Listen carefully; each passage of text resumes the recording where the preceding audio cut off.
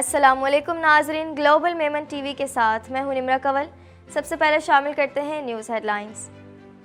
عام آدمی مہنگائی میں پھنس گیا، اشرافیہ کو سبسڈی دی جا رہی، جلد ختم کریں گے۔ وزیر اعظم شہباز شریف کا کہنا ہے کہ ٹیکس کو کم کرنے کا حامی ہوں، ادویات سے کام نہیں چلے گا، سرجیکل آپریشن کرنا ہوگا۔ اڈیالہ جیل، عمران خان سمیت قیدیوں سے ملاقات پر 2 ہفتوں کی پابندی عائد۔ اڈیالہ جیل میں بانی پی ٹی آئی سمیت متعدد ہائی پروفائل قیدی موجود ہیں۔ اڈیالہ جیل کے باہر میڈیا کوریج پر پابندی لگا دی گئی۔ ہمیں وسائل سے ہٹ کر مزید قرضہ لینے کی ضرورت ہے۔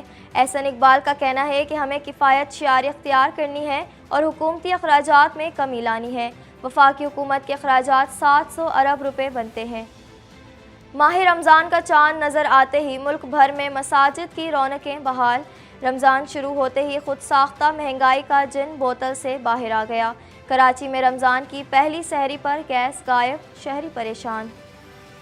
کراچی میں تیز ہوائیں چلنے کا امکان، بارشوں کا طاقتور سلسلہ منگل کو بلوچستان میں داخل ہوگا۔ دادو، لاڑکانہ، جیکب آباد، سکھر، شکارپور میں تیز ہواؤں کے ساتھ بارش کا امکان ہے۔ ہیڈ لائنز آپ نے جانی اور اب خبریں تفصیل کے ساتھ۔ پاکستان بھر میں نمائندگان کا وسیع نیٹ ورک، ہر خبر جاننے کے لیے دیکھتے رہیے TNN TV۔ Islamic Finance TV, the only TV channel of the fastest growing Islamic economy in the world and the prime mover of Islamic finance news. Follow us on our social media handles and watch our reports and educational program at www.islamicfinancetv.com. For advertisement, please contact us at islamicfinancetv@gmail.com.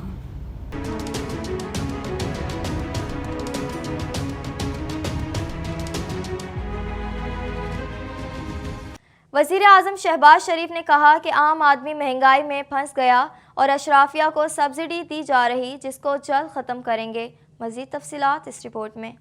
وزیر اعظم شہباز شریف نے کہا کہ عام آدمی مہنگائی میں پس گیا اور اشرافیہ کو سبسڈی دی جا رہی ہے، جس کو جلد ختم کریں گے۔ وزیر اعظم شہباز شریف نے وفاقی کابینہ کے پہلے اجلاس کے موقع پر خطاب کرتے ہوئے کہا کہ ہم سب کے لیے اعزاز اور عزت کا لمحہ ہے۔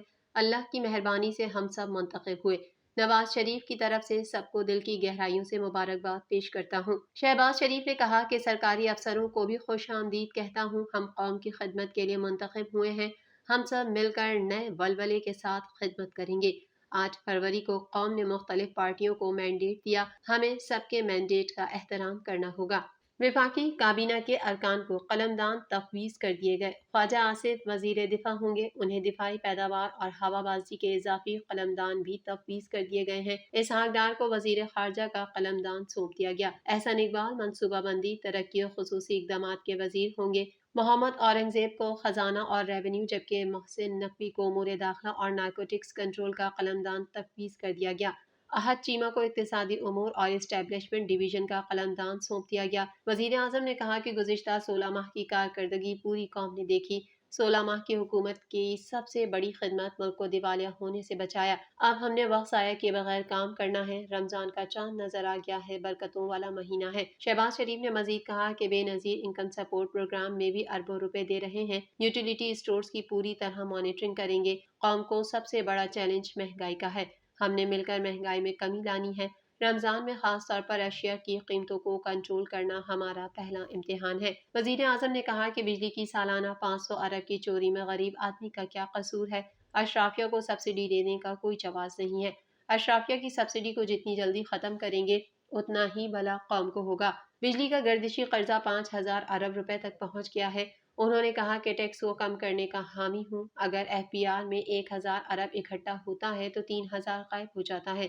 پاکستان کی معاشی تباہی نہیں ہوگی تو پھر کیا ہوگا؟ 1 سیکنڈ بھی وقت کا ضیاع قبول نہیں کروں گا۔ FBR کے غائب ہونے والے 300 ارب مل جائیں تو کشکول توڑ دیں گے۔ شہباز شریف نے کہا کہ ہم پورا اکنامک پلان بنائیں گے، ترقی اور خوشحالی کے لیے SIFC مؤثر پروگرام ہے۔ آج بردر ملک کے سفیر سے ملاقات ہوئی، سفیر کو واضح کہا اب قرض نہیں سرمایہ کاری کی بات کروں گا۔ وزیر اعظم شہباز شریف نے کہا کہ نیت کر لیں ہم اپنی منزل تک پہنچیں گے، ہم کو جادو ٹونوں سے نہیں محنت کرنا ہوگی، پھر ہی کشتی پار لگے گی۔ شہباز شریف نے مزید کہا کہ ادویات سے کام نہیں چلے گا، سرجیکل آپریشن کرنا ہوگا، آج فیصلہ کر کے اٹھیں، آخری قطرے تک محنت کریں گے، اللہ کسی کی محنت کو ضائع نہیں جانے دیتا، مشکلات ضرور ہیں، ہم ملک کو تیزی سے آگے لے کر جائیں گے۔ محکمہ داخلہ پنجاب کے مطابق قانون نافذ کرنے والے اداروں اور انٹیلیجنس ایجنسیز نے سینٹرل جیل اڈیالہ کے حوالے سے تھریٹ الرٹ سے آگاہ کیا ہے۔ مزید احوال اس رپورٹ میں۔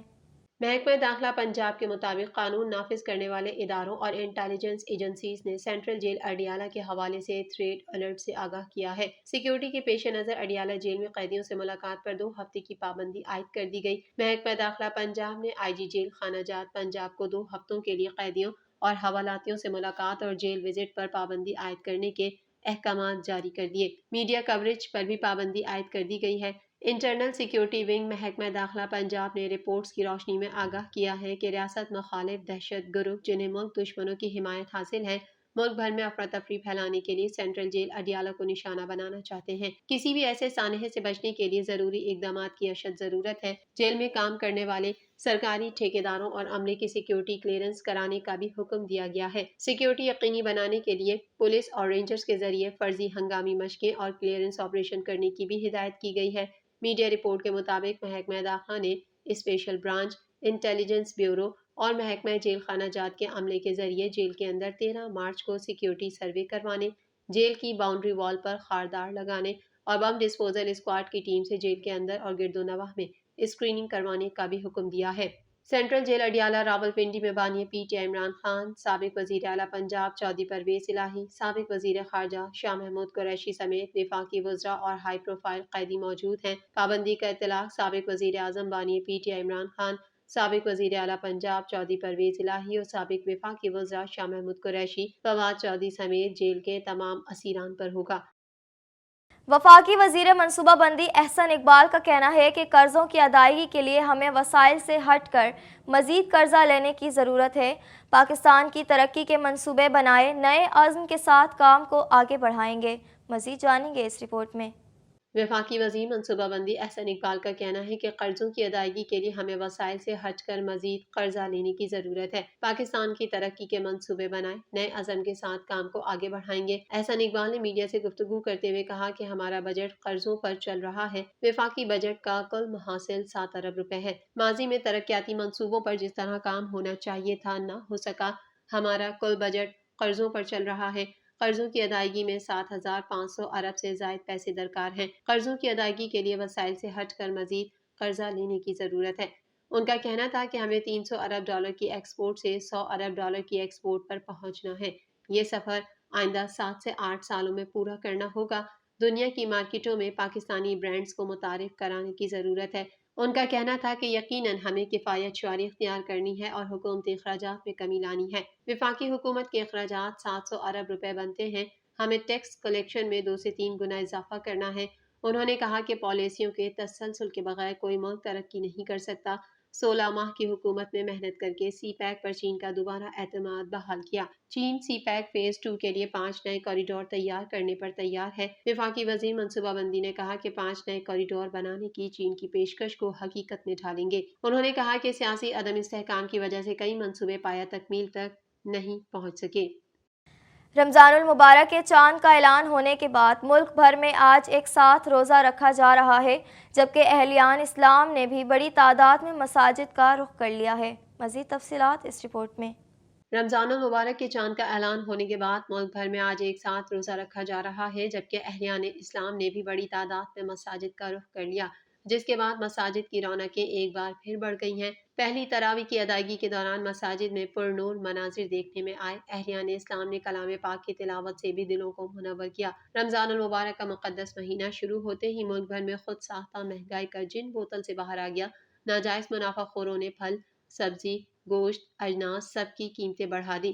امسال بھی رمضان کا چاند نظر آتے ہی کراچی، لاہور، پشاور، کوئٹہ، اسلام آباد، فیصل آباد، حیدرآباد سمیت ملک کے طول و عرض میں ایک بار پھر مہنگائی کا جن بوتل سے باہر آ گیا۔ ناجائز منافع خوروں نے پھلوں، سبزیوں، گوشت، اجناس کی قیمتوں میں من مانا اور کئی گنا اضافہ کر کے پہلے ہی مہنگائی سے ستائے شہریوں کو دونوں ہاتھوں سے لوٹنا شروع کر دیا ہے۔